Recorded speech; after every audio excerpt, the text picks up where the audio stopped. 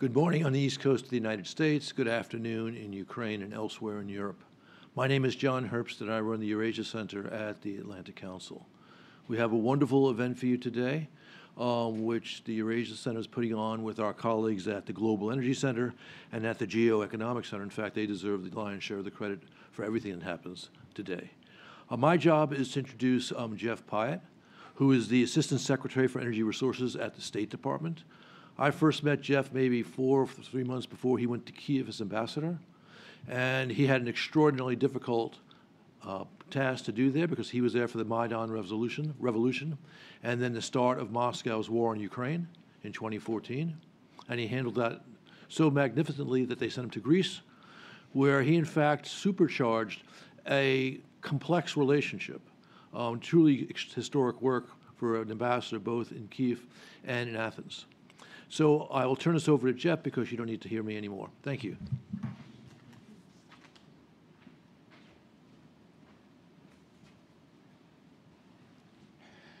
Good morning. Thank you very much to the Atlantic Council for having me, but especially to Ambassador Herbst for that very kind introduction. I'm really delighted to be here to join for the launch of the Atlantic Council's report on reconstructing Ukraine at war, acting now to forge the European economic prosperity of tomorrow. This event and the Atlantic Council report could not be better timed, as I and many others from the Biden administration head to Berlin this weekend to participate in the Ukraine Recovery Conference. In Berlin, I will meet with government officials from Ukraine, from Europe, the broader donor community, as well as many private sector and civil society members, both American companies, but also Ukrainians. We will gather in Berlin to tackle this very question. How can we help Ukraine to win this war and to rebuild stronger and more vibrant than ever before? Today's discussion comes amid a dramatic escalation of Russian attacks since March 22nd on Ukraine's energy infrastructure, with extraordinary costs and damage to Ukraine's economy, infrastructure, and most of all, its people. These attacks, including another wave of Iranian Shahed and ballistic missiles last night, have targeted the electricity grid, power generation, and natural gas infrastructure. As a result, Ukraine's energy system is in an extremely fragile state, as the Financial Times, New York Times, and Washington Post have detailed in stories over the past day or two. The consequences of Russia's escalated attacks on Ukraine's energy infrastructure fall hardest, of course, on Ukraine's people. Disrupting reliable electricity access impacts lives and livelihoods, since Ukraine's energy system is essential to continued operations of all sectors of the economy, including heating, transportation, and importantly, industry. We all want to recognize the heroic work, perseverance, and ingenuity of the Ukrainian people throughout the past 2.5 years. But I especially want to recognize Ukraine's extraordinary energy workers who have managed to stabilize the system through the tireless efforts utilizing Ukraine's own power network, sometimes at great personal peril. The United States, I want to be clear, remains absolutely committed to supporting Ukraine and the Ukrainian people in their fight for survival. And now is the time for us also to act to ensure Ukraine's vibrant economic future as part of the European Union. We, Ukraine, the United States, all of our international partners, must act now to repair and rebuild Ukraine's energy sector and to make it sustainable, more decentralized, modernized, and fully aligned with European standards. To aid towards this goal, I lead the G7+ Energy Coordination Group, which includes our G7, European, and multilateral partners. The G7+ coordinates government assistance efforts and works with the private sector to ensure the continued reliability and resilience of Ukraine's energy systems. In Berlin, I will co-chair with our German URC hosts the next G7 Plus Energy Coordination Group meeting, where we will focus on marshaling international assistance to Ukraine's energy sector following Russia's brutal recent round of attacks on generation capacity. Through this group, the United States leads the response to Ukraine's urgent repair needs and works with donors to get priority equipment to Ukraine as fast as humanly possible. Currently, our priorities are to repair existing power generation before the winter, to help deploy new distributed power generation, and to repair and defend Ukraine's electricity grid. Since February 2022, the United States has allocated over $1 billion to address Ukraine's energy sector needs, sending equipment to repair damage to the electricity grid, provide backup power generation, install warming shelters, and restore district heating systems. I assure you there will be more that we will announce in Berlin. The United States energy sector assistance is not just focused on rebuilding after damage from Russian attacks, but building back a Ukraine energy system that is better than ever. Our assistance supports the decentralization of Ukraine's energy grid, creating an inherently more secure energy system. It ensures the effectiveness of transparency and anti-monopoly measures in the energy sector, designed to align that sector with the requirements of EU membership. And it creates the basis for a cleaner, greener, and more distributed system connected to the European energy market. Together, through our G7 Plus group, we've channeled more than 100,000 tons of energy equipment to Ukraine since the beginning of Russia's targeting of the energy system in October of 2022. The most recent wave of attacks has once again laid bare the many challenges Ukraine faces for reconstruction in the energy sector and the broader economic front. Ukraine's energy sector was a linchpin of the economy before the full-scale invasion. It is indispensable to sustaining Ukraine through the war, and it will be key to Ukraine's post-war economic future. The energy sector will drive restoration and economic revitalization across Ukraine's entire economy, from agriculture to transportation, heating, IT, housing, and crucially, industrial and metals sectors. Russia's actions and its weaponization of its energy resources have exposed its unreliability as an energy supplier. As Europe turns away from Russian energy and looks to more reliable sources of power, Russia will find very limited opportunities for securing new markets.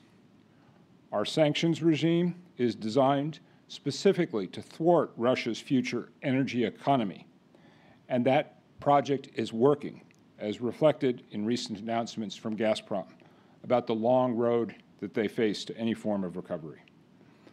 Against this backdrop, and as Central and Eastern European economies continue to grow but outpace their energy supply, Ukraine is poised to become an exporter of clean energy towards the West, to become Europe's power bank. Ukraine also has a robust tradition of manufacturing and can play a key role in our global clean energy supply chains, which are complex and need to expand quickly to meet the increasing demands of global energy transition. Ukraine's advanced nuclear sector, its expansive geography for renewables, and potential to increase industrial manufacturing and critical minerals processing make Ukraine an obvious critical component of Europe's future energy security. Ukraine should also become a center for producing the components of the energy transition: wind turbines, cables, pipes, all the critical energy infrastructure inputs for which global supply chains are currently constrained, for which cities like Kharkiv and Dnipropetrovsk have long been traditional manufacturing centers. The Ukrainian government has set out an ambitious vision for the future of its energy system, and we have seen excellent cooperation from their side in pursuit of this vision. However, Governments will not achieve this ambitious vision alone. We need the private sector and civil society in Ukraine, in Europe, and internationally. Current damage assessments put the cost of repairs to Ukraine's energy sector at billions of dollars. We've received a very strong commitment from our private sector that they want to help Ukraine to realize its vision for a future energy system that is resilient, clean, affordable, and fully integrated with the European Union. But to accomplish this, Ukraine is going to have to ensure an open, attractive, and transparent investment environment, fully aligned with European competition standards. To get there, the United States is working closely with the Ukrainian government, along with partners and allies, to advance energy sector reforms, to attract foreign direct investment, and to accelerate the development of distributed energy projects. Ukraine has made tremendous progress on reforms and corporate governance since the days when Ambassador Herbst and I served at the embassy. This is particularly the case in the energy sector.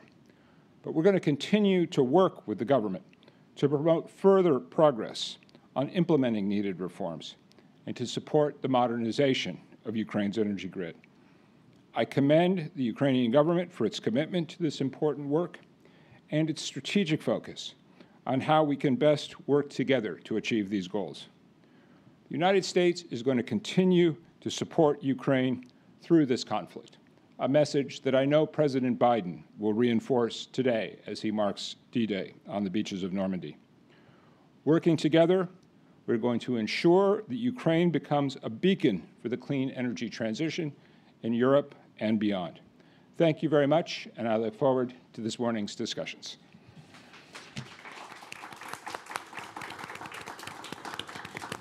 Well, thank you very much, Ambassador Pyatt. We're very grateful that you found time in your, no doubt, very busy schedule ahead of the Berlin conference to come to see us, to make those remarks about what the United States is doing with its allies to help Ukraine. A big energy focus, of course, given Russia's new pernicious focus on energy assets in Ukraine. We're now moving on to the panel discussion of our event. We're obviously marking the launch of the Atlantic Council's report on reconstruction. Given the busy schedule of our panelists, we'll probably talk about what's actually in the report a bit later in this event with my co-author, Olga Zikova of the Global Energy Center. But first, I think we'll go to our panelists. If we could see them here. Wonderful. One more may be joining us in a few minutes, but first I'd like to introduce Olga Zikova, the Deputy Finance Minister of Ukraine. Also, might I add, a Millennium Fellow with the Atlantic Council. We're very happy to have you here. Thank you, Olga. A second Millennium Fellow with the Atlantic Council, Denis Yatsishin, who's also the head of the US-Ukraine Business Council, and Edward Verona, who's a Senior Fellow with us at the Eurasia Center. So thank you, all of you, for joining. And if I could go to you first, Olga, as you prepare for the Berlin conference, I was wondering if you could briefly give us an assessment of the current financial situation in Ukraine, the questions your ministry is dealing with. When the other Olga Zikova, and I were visiting you in February, Ukraine was facing quite a few cash flow issues due to the deferring of the US supplemental. I believe things are slightly better, but let's not sugarcoat them either. So if you could update us, I'd be very grateful. Thank you. And I think you're on mute. Sorry. Thank you. I'm absolutely thrilled to be here today with you. And actually, the topic is just on spot. And we need to understand where we are and what we are planning ahead. One might question how Ukraine appeared in the situation of fully covered macroeconomic, macrofinancial stability with inflation of 3.2% and all social expenditures covered, while also pleading for additional external funding and military equipment to come. This is something that we walked through during Q1 of this year, when, as you rightly said, there was a big question mark with regards to when the US funding might come. We also had quite a big gap in terms of military supply, and it had a direct impact towards widening the fiscal gap. So this year opened a new reality for us as the fiscal team. actually due to the fact that the amount of the equipment coming was quite restricted or was not coming at all, we had to introduce particular measures on fiscal side so that to keep the military campaign afloat. It costs us approximately $5 billion for Q1. We introduced such measures as windfall tax on banks' profits. We front-loaded dividends from biggest SOEs. We were increasing internal domestic debt market borrowings. With all this, we could accumulate additional financing to actually smoothly walk through Q1, but all these measures have limited effect. And this is why we were quite concerned with the time, which is of critical importance for us to receive the necessary funding for us to proceed on all fronts, on fiscal front, on military front. And with this, I must say that the way how the war evolves made us make different choices and steps ahead. The matter is that the enemy itself is increasing its defense budget. And the energy terror, which we witnessed during Q1, actually had the cause we had to revise the GDP growth from 4.6% to 3.5% this year, mainly due to the damages done for the energy sector. They are huge. We lost almost all thermal power generation capacity. And the price of that terror is also the loss of 8 gigawatts of power generation capacity. With this, we understand that it becomes top priority for us as the government to first and foremost cover the energy sector and to do quick steps with regards to covering the needs in this sector. But also keeping in mind that the absolute priority is the defense budget, which we cover purely with internal resources. Definitely, the decision by the US going ahead with the support package was critically important for us. And here I must say that already now we understand how the budget might look like by end year.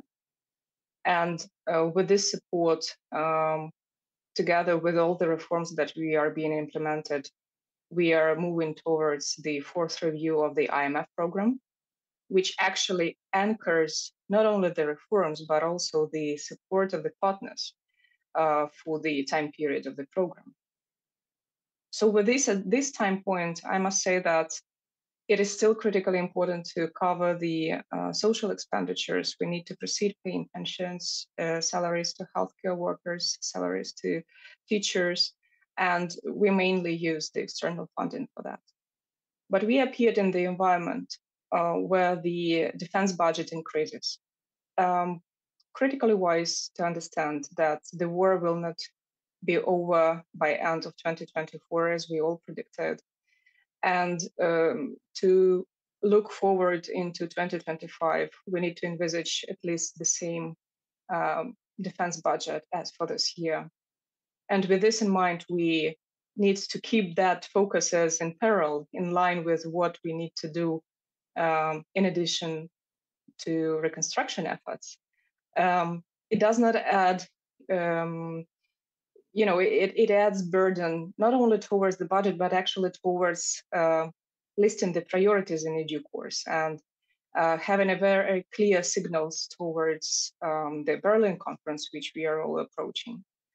And here the agenda of the government would be to actually outline the reality as it is, how the war impacts all other sectors and how the war impacts the steps that the government has to introduce and walk through. But at the same time, we need to keep the focus of the international partners towards helping us in doing our homework with this regard. Thank you very much, Olga. We may come back to you in a second, but I'm happy to also introduce Alexei Sobolov, the Deputy Minister of Economy for Digital Development of Ukraine. Thank you for joining us, Alexei. You also have a busy schedule, I'm sure. I think I'll turn the floor to you for a few minutes, if you don't mind. Anything you'd like to pick up on from your colleagues in the Finance Ministry? The Economy Ministry obviously is in control on reform, on guiding the economy, on trying to revitalize certain sectors. How does your work complement that of the Finance Ministry? And obviously it's very understandable that the priority is the war, but Olga rightly said that you try to do both in parallel. Fight the war, win the war, but also try to repair, reconstruct where possible. So if you could tell us a little bit about your role in this. Thanks for the invitation, and good to see you all. So I connected later, so I didn't hear for everything that Olga was saying, but I heard the last part, so I'm traveling to Berlin for the conference.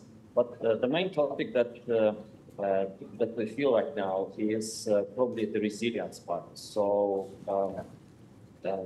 like it will be good to rebrand Ukraine recovery conference for Ukraine resilience conference, or like Ukraine defense and resilience conference, because this is what we're all looking for. And resilience is not just a term, right? It is very quantifiable. So resilience is in the number of air defense units that we have, in the number of energy units that we're currently building to keep our businesses online, to keep our economy running, in the number of other businesses that invest in Ukraine and the FDI, etc. So I think that's the main theme for like this year, and whatever is needed to make Ukraine more resilient, to through the work and win it, I think would be important, and it drives our own policies.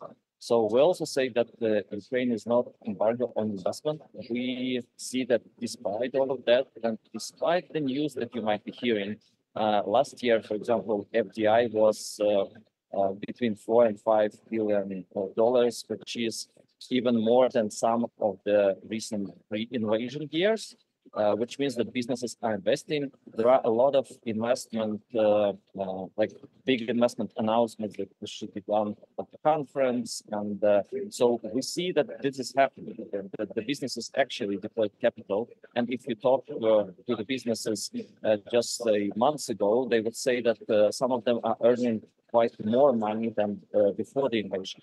So this is kind of that. And we also see Ukraine Euro integration as a great like vehicle and driver for further additional investments. That we're going to be part of the EU, so that's how like we're going to be part of the single market, the big economy. There's going to be also recovery, a lot of reconstruction, etc.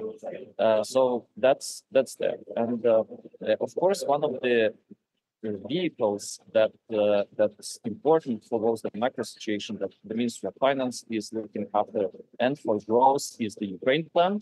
So just yesterday, Verkhovna Rada has ratified the framework agreement for launching the Ukraine plan. So it's finally all the procedures are done. It's official. So this is a 50 billion 4-year economic development project that combines this like IMF money for reforms part, which was absent in the previous programs, and I think it is very important for us.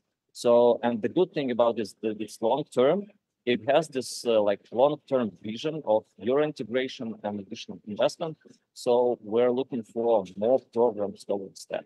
And in Ukraine plan, you would see like the 6 sectors that are important. Plus, we add defense, because defense could not be part of this program. So what we're looking after, the industries that, or the sectors that we think economically are more viable is the defense, energy, of course, agriculture, IT, critical raw materials, the transport and logistics, and industry, green steel, and this whole green transition as a business tools. So that's what we're focused in, to get investments in the country and to make business more resilient. The last thing I would probably say is about energy. So what is the answer to what Russia has been doing? It is to build new distributed, greener capacity. And it couldn't be done without private sector, without businesses, but it couldn't be done without the government and the donors. So we need to combine all of this, and the government on its part did a lot to ease, the connection to the grids, and will be doing more to ease the financing for these programs, but we'll be doing more, etc. So the businesses would be building a lot of this capacity to get us through the winter, this winter, next winter, whatever, and also together with municipalities and state-owned companies to be able to review quickly and stay resilient. Thank you very much indeed for your remarks. I was wondering if I could ask a quick follow-up question on something that we hear about quite a lot in Washington, war insurance. Ukraine was a market for war insurance before the full-scale invasion. And since then, the market has failed because the risk is too high, at least the private market. There have been very substantial and impressive achievements on shipments and freight. A few achievements also covering long-term investments, but those have been much fewer. My impression is that it's still a little bit too difficult for the private market to cover war risk insurance, given the situation in Ukraine. International financial institutions are trying to fill in the gap, but I was wondering if you could update us on those efforts. You say FDI has improved, was quite good last year. My impression is that's mainly for firms that are already in Ukraine. Greenfield investment hasn't really picked up yet. So my impression is that long-term insurance, war insurance is key, and maybe you can give us some news on how things are going. Well, there are two vectors on this. One, for example, you know about this French deal, right? That acquiring one of the telecom operators and then a big data, cable data operator, combining them. So, this is a deal of around $1 billion. Does it have a war risk insurance that everybody asks for? No. It has the vehicle that the French ETAs are providing on the French side, but it doesn't have war risk insurance. So, are these kinds of big investments in Ukraine possible right now? Definitely.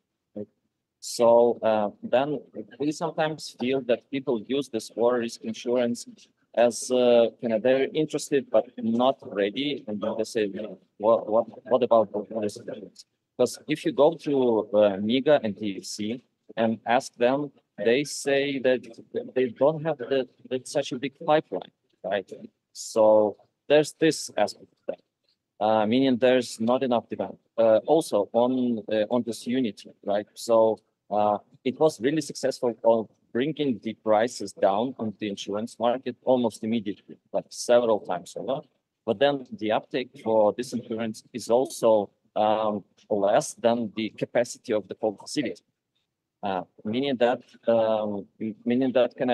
it is needed. At the same time, it is not the biggest drawback on investment for businesses from what we hear. So we also launched Ukrainian ECA, being able to insure some of the risks, and we're working with ECAs from all over the globe for them to ensure their investments of their companies in Ukraine. And we know this process is working, and there's going to be more of them. So that's probably status. Thank you very much indeed. Maybe I can go to my co-author for just a few brief minutes on the energy situation. We've already heard from Ambassador Pyatt and from some of our panelists that Russia's relentless attacks on Ukraine's energy grid have been very damaging, very costly, and unfortunately, it doesn't cost Russia that much to organize these attacks. Air defenses are obviously key. Hopefully we'll hear some new announcements on bolstering Ukraine's air defenses soon. But could you give us just a picture of just how much has been destroyed and how much it's costing Ukraine? Thanks, Charles. The final measurements are still coming in. At the very least, we've seen measurements between 8 to 9 and over gigawatts of lost capacity. Now, it is not just lost capacity that's worrying, but it's also the ability and the support for the overall system, the balancing that needs to happen on the transmission network as well. So all of that is interconnected, of course. We're anticipating tremendous number of rolling blackouts this summer, and also one of the toughest winters. It is extremely heartbreaking to see Ukraine having recovered several gigawatts through the last several years of power through, as was mentioned by Ambassador Pyatt and other speakers and deputy ministers, through tremendous sacrifices by the energy employees, through the generous donations from all across the world, anything from financial support to direct, getting massive equipment to Ukraine. I mean, the logistics of that are extremely complex, and making sure that it's going to the right places, to the right cities, and that the systems are properly integrated. Just the level of coordination that takes cannot be underestimated. So this is a serious problem, but in the same way, it is also accelerating the need and how quickly decentralization of the generation will have to happen in Ukraine. This was mentioned by Alexei and others, just the complexity of going through and changing the system from a centralized, massive, larger power plants to decentralized it's a huge undertaking even for a system in a peaceful time. If we were to do that to a U.S. community or to a community somewhere in Europe, it is a huge undertaking in Ukraine in the midst of this horrific war.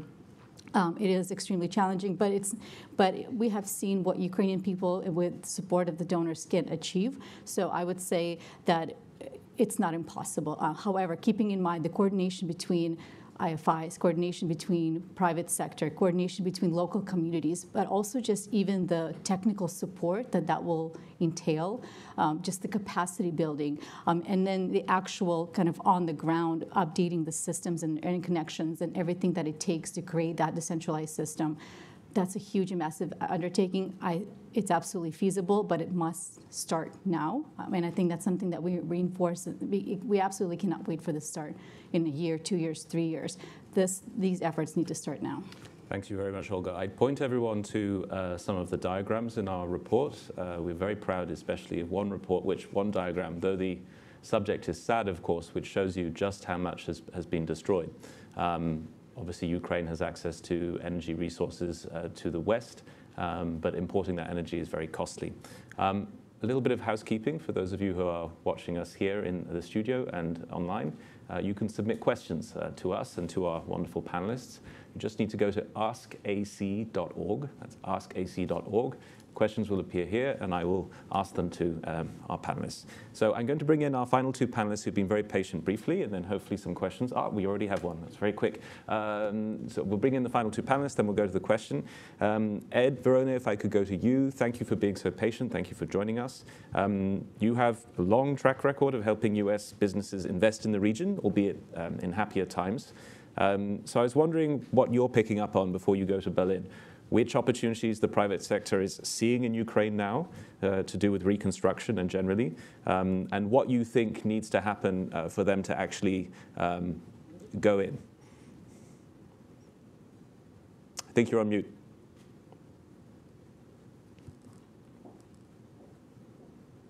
The cardinal sin of webinars.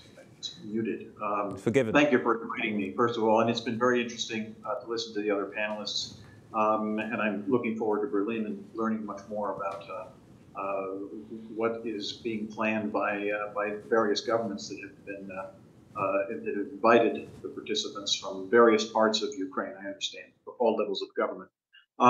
To answer your question, look, my perspective will be from the private sector. Yes, I do have experience in the region. Most of that, as most will see from my bio, is from a country to the east of Ukraine. But I can see some parallels from the earlier period of transformation in Russia and what are some of the changes that have already taken place in Ukraine and hopefully will move in the direction, a more positive direction in the future. Any private company, particularly in the consumer goods sector, is going to look at some fundamentals, the size of the potential market. I may be preaching to the choir here, telling you what you already know, but maybe to underscore it and to be a little more upbeat about things. Ukraine is a country with a population roughly the size of Canada,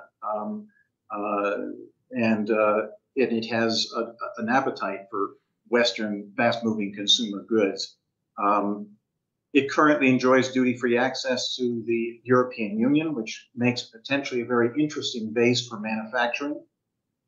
A very significant, relatively young labor force. Of course, at this current time, some of it's located outside the country. Some of it is on the front lines, but the potential is still there. And it's a country noted for its, particularly for its IT skills, which makes it, I think, a very interesting focus for investment in the artificial intelligence, remote services, and advanced engineering areas. And this, in perhaps an ironic sense, the war will create opportunities for foreign companies that want to participate in reconstruction. And those companies may then see opportunities beyond that initial reconstruction period. And as Ambassador Pyatt noted, the destruction that has been wrought will have some, let's say, silver lining in that it creates the opportunity to rebuild to entirely new standards and to create a new and more competitive economy with a distributed power generating system that will be greener, we all hope. So what will it take to convince investors to go there? Well, first and foremost, most obviously, a resolution of the conflict. It's much too soon to be talking about investing in long-term consumer-focused activities or establishing a base for remote servicing when, as Denis will know, you don't even have reliable access to internet connections. So that's sort of a precondition for companies to even begin, I think, doing exploratory steps for investment. But in a longer term perspective, a stable and predictable investment climate down the road, and much of what has already been said by Olga and Alexei underscores that is happening. Rule of law, and by that I mean the creation of commercial courts with qualified jurists and strong measures against corruption and administrative abuses. And I know that a lot has been done in that area. And sometimes because a lot is being done, it gets more publicity and may be perceived by some as evidence that that there is much corruption. But I take it as a very welcome sign when I hear about efforts the government has made to crack down on it.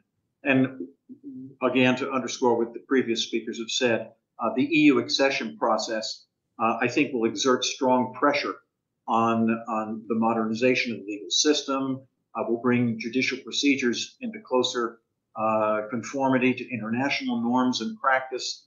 And this itself will provide, I think, assurance to many potential investors. And as Alexei mentioned, the help from international financial institutions will be critical. Not the least of which would be war insurance or political risk insurance.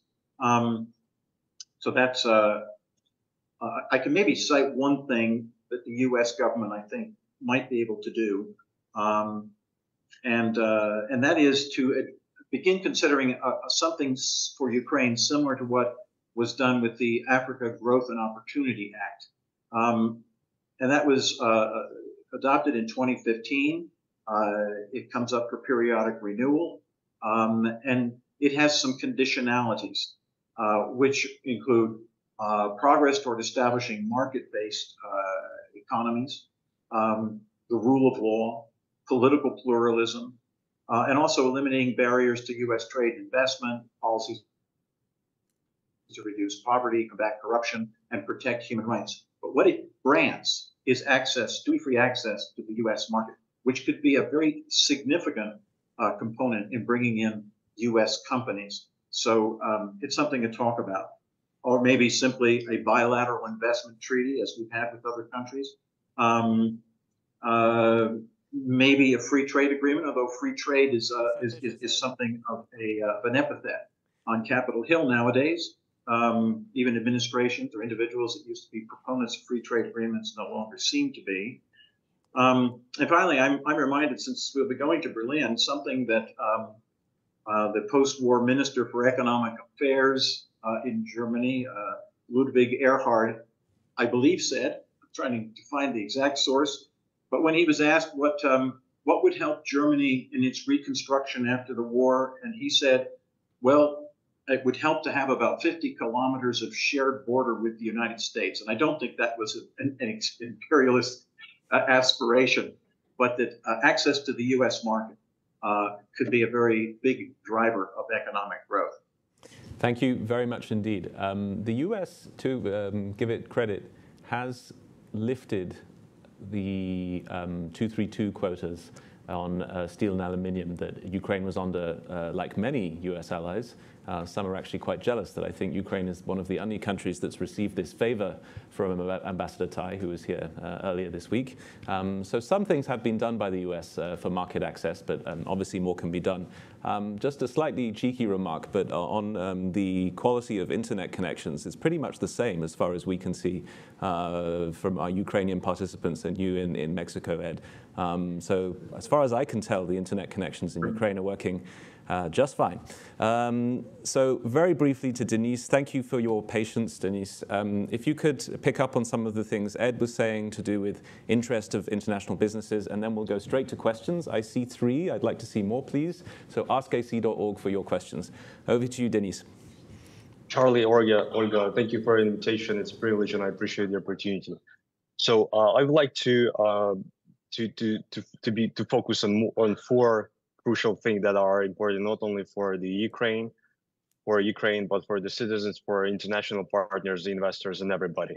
It is the robust air defense for Ukraine. It is energy. It is the workforce that nobody mentioned about. And of course, this is clarity, transparency, and fair rules for everybody. Not for the list attached that it usually happens, but for everybody.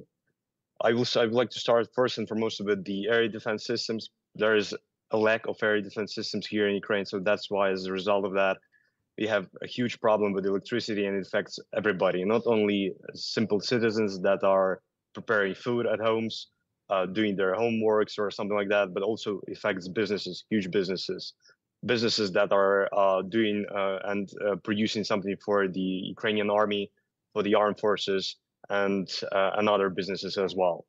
So, of course, as Olga and Alexei already and everybody, you mentioned, guys, about the energy as well.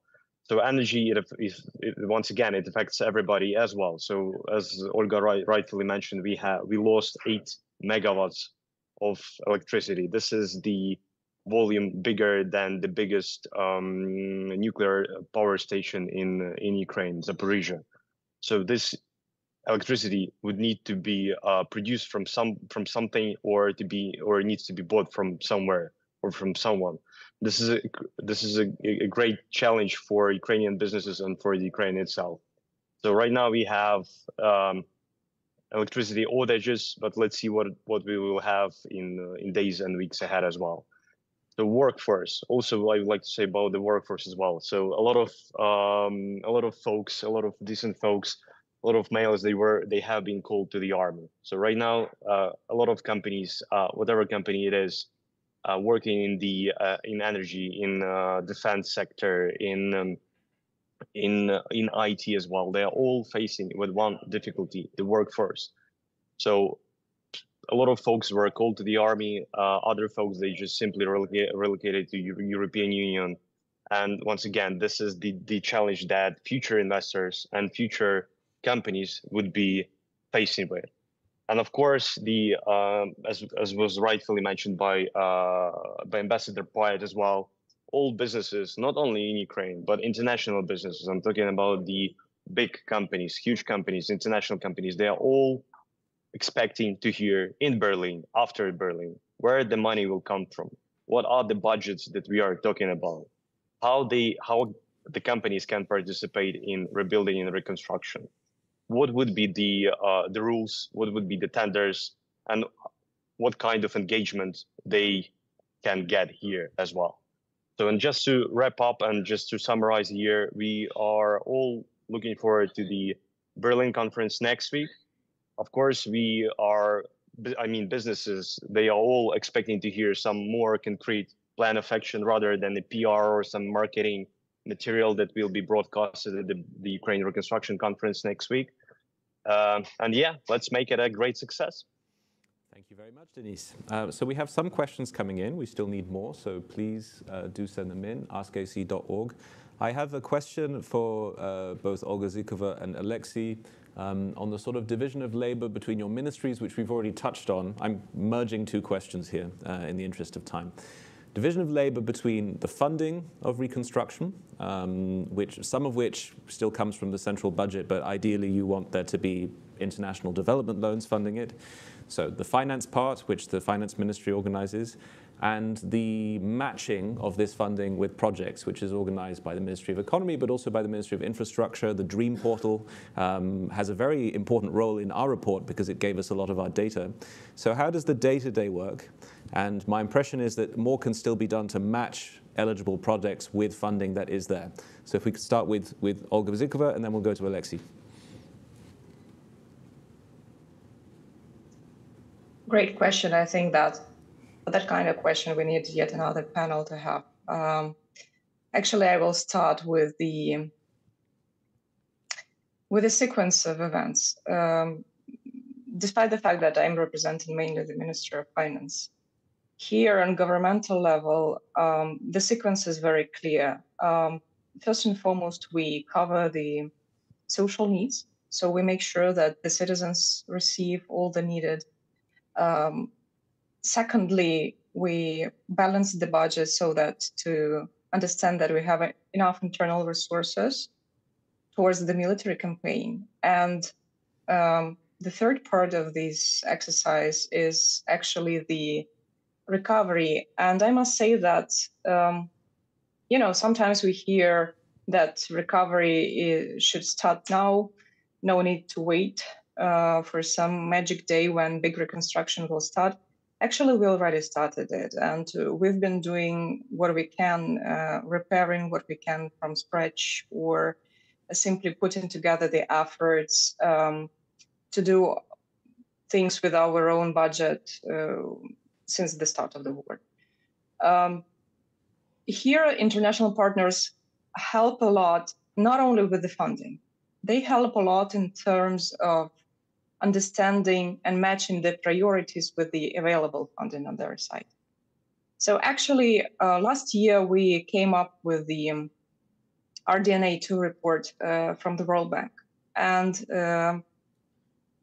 for everyone's understanding where we were in terms of the funding, almost $3.1 billion was provided by the internal Ukrainian resources from the state budget, while $4.1 billion was provided by the international partners. So altogether, it's a combination of efforts towards priority sectors on the reconstruction, like energy, housing, social infrastructure, transport. And these priorities remain the same for this year. And for this year, with the next report provided by the World Bank, RDNA 3, we have the total amount of 15.3 billion, and 5.5 out of this amount was already covered both by the state budget and the international support. But with regards to who does what and actually having this coordination in place, it took a while. So I must say that in comparison with 2022 and part of 2023, we are now by far more disciplined and coordinated with regards to working with the partners, working with IFIs with their particular mandates, and having a very, very clear vision what institution is involved in what particular sphere in particular project. We are keen on having all this together in a very transparent, accountable way, because every potential even mistake might cost a lot. But we see how the damages increase and the cost of these damages increase. We cannot leave people without giving them a helping hand. At the same time, we understand that the resources, not only on the Ukrainian side, but on the side of the international partners are also getting more and more limited. So this is why we are raising question of more active dialogue on the use of the proceeds of the Russian assets and the Russian assets themselves. But probably it's a part of the yet another topic.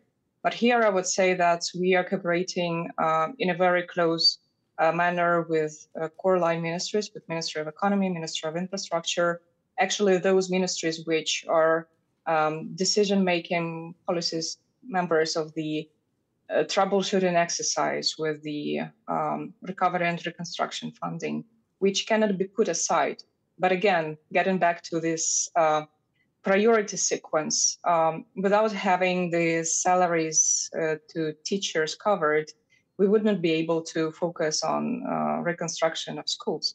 So here, I think that the efforts that are ongoing are good and we have particular results, but this coordination is to be proceeded with in a sophisticated manner because we are all keen on having new standards and having the principle of building back better in a very practical manner to be implemented. Probably I'll give floor to Alexei. Yes, thank you for using a slogan we'll all recognize. When we were in Kyiv, we also heard the term or the expression strategic autonomy quite often. Ukraine can be a net contributor to European strategic autonomy, and it's good to hear the experts in Kyiv selling Ukraine in this way, in ways that European and US politicians and even the voters will understand. So we'd encourage you to consider to continue. So Alexei, over to you on this question of who does what on the reconstruction once the funding has been identified, how you match it with the right projects. Thank you. Yeah, so I would just try to go, from this reconstruction narrative, right? Yes, because more towards resilience. Everybody understands what's crucial right now. For example, is energy, right? So is it reconstruction? Probably, but the main purpose of all of that is to make a country more resilient and to get through the war, and then we go to reconstruction. So basically, whatever we're doing right now is aimed at that. So then rebuilding houses. Why? Because people can find jobs, generate taxes, pay, and get back to Ukraine, build housing there for people to return, and then they work, they support the army, and that's how we do it. On the processes internally, so we have a reform of public investment management that we're doing together with the Ministry of Finance and the Ministry of Recovery. It's in the process, so the procedures are changing right now, but it will all be much more transparent once this is over and much more organized, even though a lot has been done so far. So how it will gonna look like? There's going to be an investment council chaired by the Prime Minister that will assemble first time in this month, in June. And in this council, there will be a single project pipeline, a pipeline of the projects that is prioritized according to economic criteria that is also established in the Ukraine plan, for example. So we will have the priorities, and that's how we work with all the items, all donors inside to understand which areas should get funding first, and second priority, etc., which is not funding. And that would also be, for example, prerequisite for Ukraine plan for Ukraine investment facility from EU agencies. So basically, that single project pipeline would allow more donors to meet more funding. And I would also would like to use this opportunity to maybe echo whatever Edward was saying previously on the reforms. So also in coordination with the Ministry of Finance, we did this matrix of reform. So we analyzed all the commitments that Ukraine has, and Ukraine has a lot. So Ukraine has done a lot, and Ukraine has over 200 commitments for just this year, like indicators between each two. And we will do that because this is a part of our European integration, our IMF package, Ukraine facility package, etc. So And in these reforms, we understand that they are not enough. So just reforming Ukraine will not be enough. We need all the additional investments, and we need access to markets. This is exactly what Edward was saying. So all this long-term commitments that Ukraine on one side commits to reforms, and our partners on the other side commit to investments and to opening the markets, I think is the way to go, is the way to push forward. So Ukraine plan is good starting example. Thank you. Thanks so much. I do encourage everyone watching to have a look at the Ukraine Plan website, also the DREAM portal. There are really very, very impressive instruments that people who are investors or just have goodwill and want to help Ukraine can have a look at to see what is being done at a very granular level. It's really very, very interesting and an example for other countries, I'd argue. We have a good few questions on the energy sector, which we'll come to in a second. First, a more general question for our other two panelists, Ed and Denise.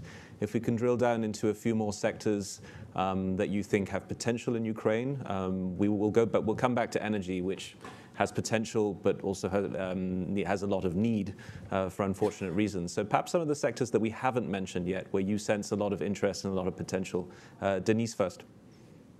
Yeah, thank you, Charlie. It was briefly mentioned by Alexei. I would like to say that the focus of investment shift from the IT industry to defense. So Ukraine became the most innovative defense testing field for the newest defense cutting-edge technologies here. So since February 2024. Ukrainian companies, they have invented robotic systems, AI-driven unmanned aerial vehicles as well. So the artificial intelligence that Alexei mentioned as well, it has been used all over the place, starting from the battlefield to even at the Ukrenergo, as far as I know. So IT, being the most innovative business before the full-scale invasion, is now on the position number 2 or 3. Today, defense not only the most attractive area where people would like to do business, but this is also the advantages of investing in the future of Ukraine, because the technologies that has been tested here in Ukraine, they will be #1 demand for the export as well, all over the place and all over the world. Thank you very much. So over to you, Ed, and a leading question. I know you have a background in extractive industries, so might there be some opportunities in Ukraine in that sector? Absolutely. Maybe to point to just a couple of them. Critical raw materials was mentioned already. Ukraine has a significant mineral resource base. It is a producer of roughly 8% of the titanium ore produced in the world, and 4.4% of titanium sponge, a precursor to making advanced components for the aerospace industry. And what makes that particularly interesting is that until recently, or until the massive invasion of Ukraine by Russia, most of the titanium used by major airframe manufacturers came from Russia. So Ukraine has the opportunity to step in and fill that gap, at least partially. It also is a producer of many different mineral commodities, but I'll mention a couple of them because they're so important, again, critical raw materials, and so important for the IT and IA sectors. And that is gallium, niobium, germanium, and other rare earths. Ilmenite is a significant producer of graphite. All of these, graphite particularly important for battery production. It has significant potential for lithium development. Some may recall that not long ago, China restricted the export of gallium and germanium as a reprisal for, I can't recall precisely what was done to them, but that is a significant bottleneck for production of, I believe, touch screens on telephones. So I'd say that's an area where there is a lot of opportunity. Thank you very much indeed. So I promised an energy question. I'm merging several here. We'll start perhaps with you, Olga Zikova. What is the projected rate of energy sector production growth in Ukraine for the near future? And also, several panelists mentioned the need for decentralized production given the threat from Russia. But are there any examples of countries or regions who've done this successfully, going from a central system to a more distributed system?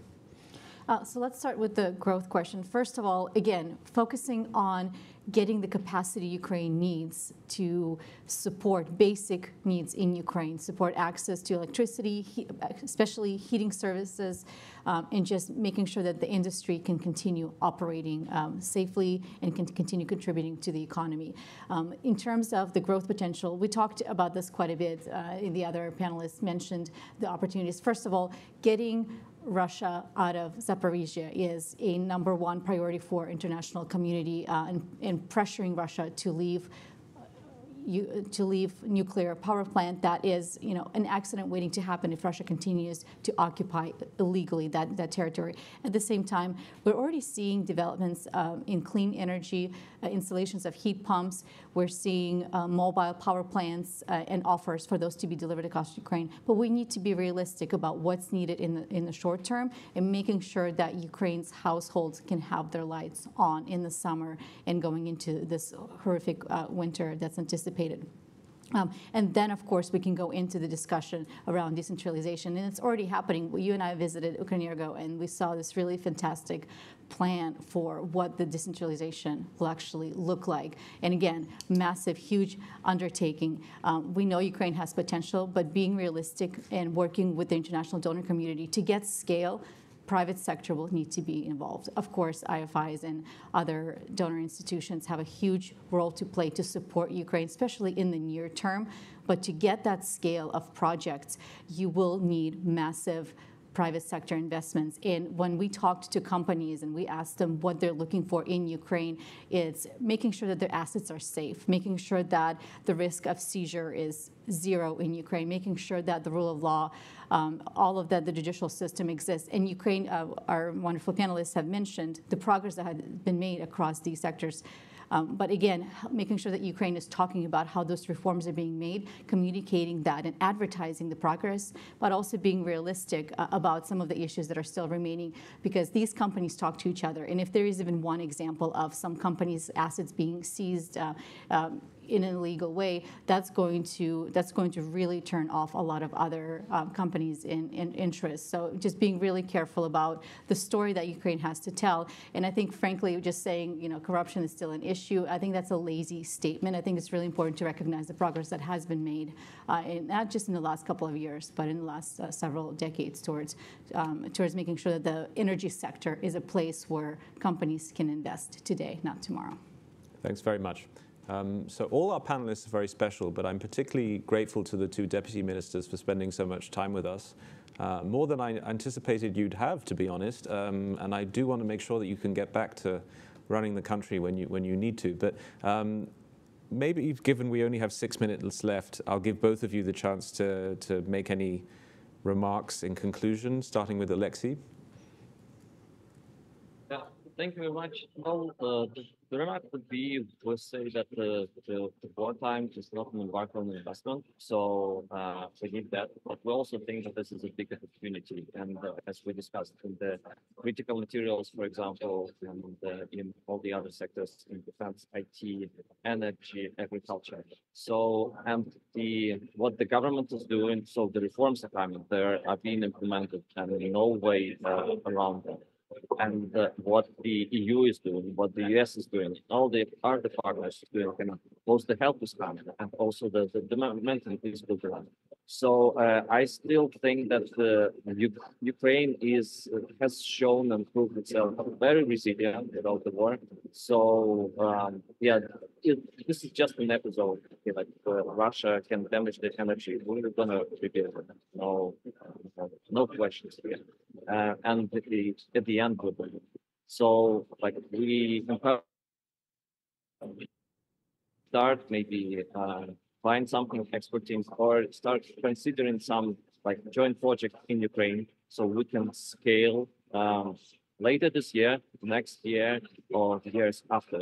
to make Ukraine a successful country. Thank you. Olga Zikova. Thanks. I would like to echo what Alexei said, and actually to make a few points. I think they are important, and they are covering whatever is being discussed with devotion to Ukraine. First and foremost, we've seen that the Russian war and aggression against Ukraine actually fostered positive changes in the country. The cost is very high, and we, on everyday basis, remember what the cost is.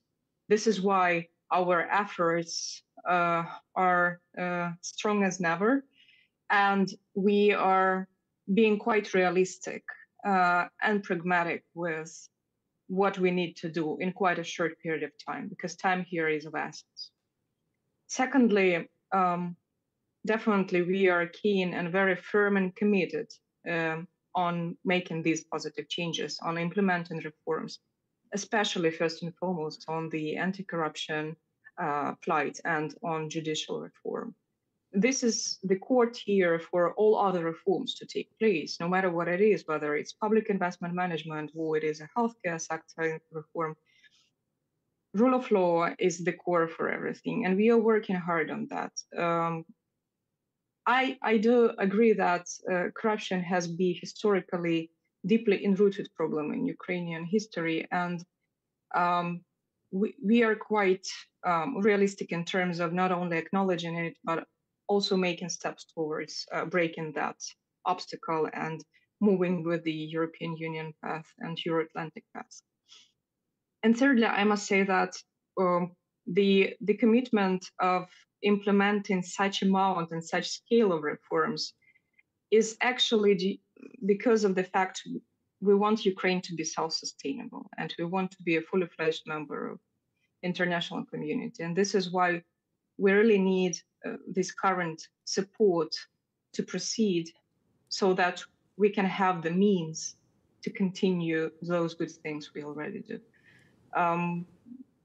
The international community support is huge, and we truly hope that we will do our best to show that first and foremost Ukraine is a reliable and transparent partner, and secondly that we can save our people's lives and to win this war.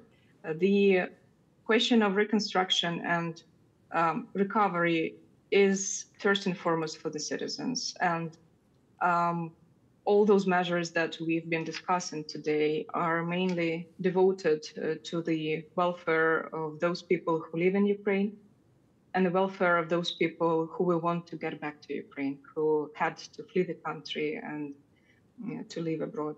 So these are core points on my side. Thank you very much for what I'd call the big picture remarks, very important as we come to the end of this event to mark the launch of our report, Olga. So thanks to all of our panelists. I thought I'd give you the chance to make any final remarks before we wrap up. Thank you so much, Charles. I just want to reinforce that the energy sector will be a main engine for recovery for Ukraine, and it will be a main engine for providing meaningful, well-paying jobs to bring workforce back to Ukraine, but also provide jobs for those who are in Ukraine today, and especially the veteran community, making sure that they have options if they choose to go into this sector as well. But when we talk about Ukraine's potential of nuclear energy, clean energy resources, wind, solar, biomass, tremendous potential to reutilize and reimagine what the natural gas network will look like with the low carbon gases in it, but also homegrown indigenous natural gas production from Ukraine, utilizing the storage system as well, the natural gas storage system, which has been a success story as well. It's being done today without any war risk insurance. But it's all about, in this report, we really focused, what are those big, ambitious goals? What does that mean today for businesses, for other stakeholders who are interested? And I think what we saw when we visited Ukraine, it is so important to go in and actually visit and meet with people and see the incredible transformation that's happening, the resilience that's happening on the ground. You can watch a billion videos, you can read a bunch of reports, but being there and meeting with people and talking to people face to face, there's just nothing like it. And I think it's really important for CEOs or their board members to go and visit Ukraine. Of course, it's easy for us to say, go invest today, right now. But even if they were to start with just visits or just talking to the companies who are already there to say, what are your tips? How would I potentially think about entering the market? What are some, can I do a feasibility study now, even if a full-out on-the-ground project is not possible? Can I do the study of what's feasible? Can I build out my network? Because that can also take months and years. So what kind of preliminary work can be done today? And there's absolutely opportunities to start now to make sure that Ukraine is set up for successful short-term and long-term prosperity. Thanks, Olga. So you're absolutely right. I concur absolutely that people should visit Ukraine if they can, should start thinking about setting up feasibility studies, shouldn't restrict themselves to reading a bunch of reports. But there is a very good report I can think of that they should read, which is the report we're launching today, Reconstructing Ukraine at War, The Journey to Prosperity Starts Now. That's a really good report. So on the train to Kyiv, make sure you do read it, or on the plane to Berlin, because many of us will be going to Berlin next week for the Ukraine Recovery Conference. I believe the German organizers have set up an app which can match people, so a bit like matching funding and projects, matching people who have similar interests and want to work on similar things in Ukraine. I encourage you to download this app. Olga and I will certainly be on it, but you can also meet each other, and that's been emailed to you if you're attending the conference, so have a look in your emails. So thanks very much to everyone who's been involved. Thank you to our panelists for your patience and for your remarks.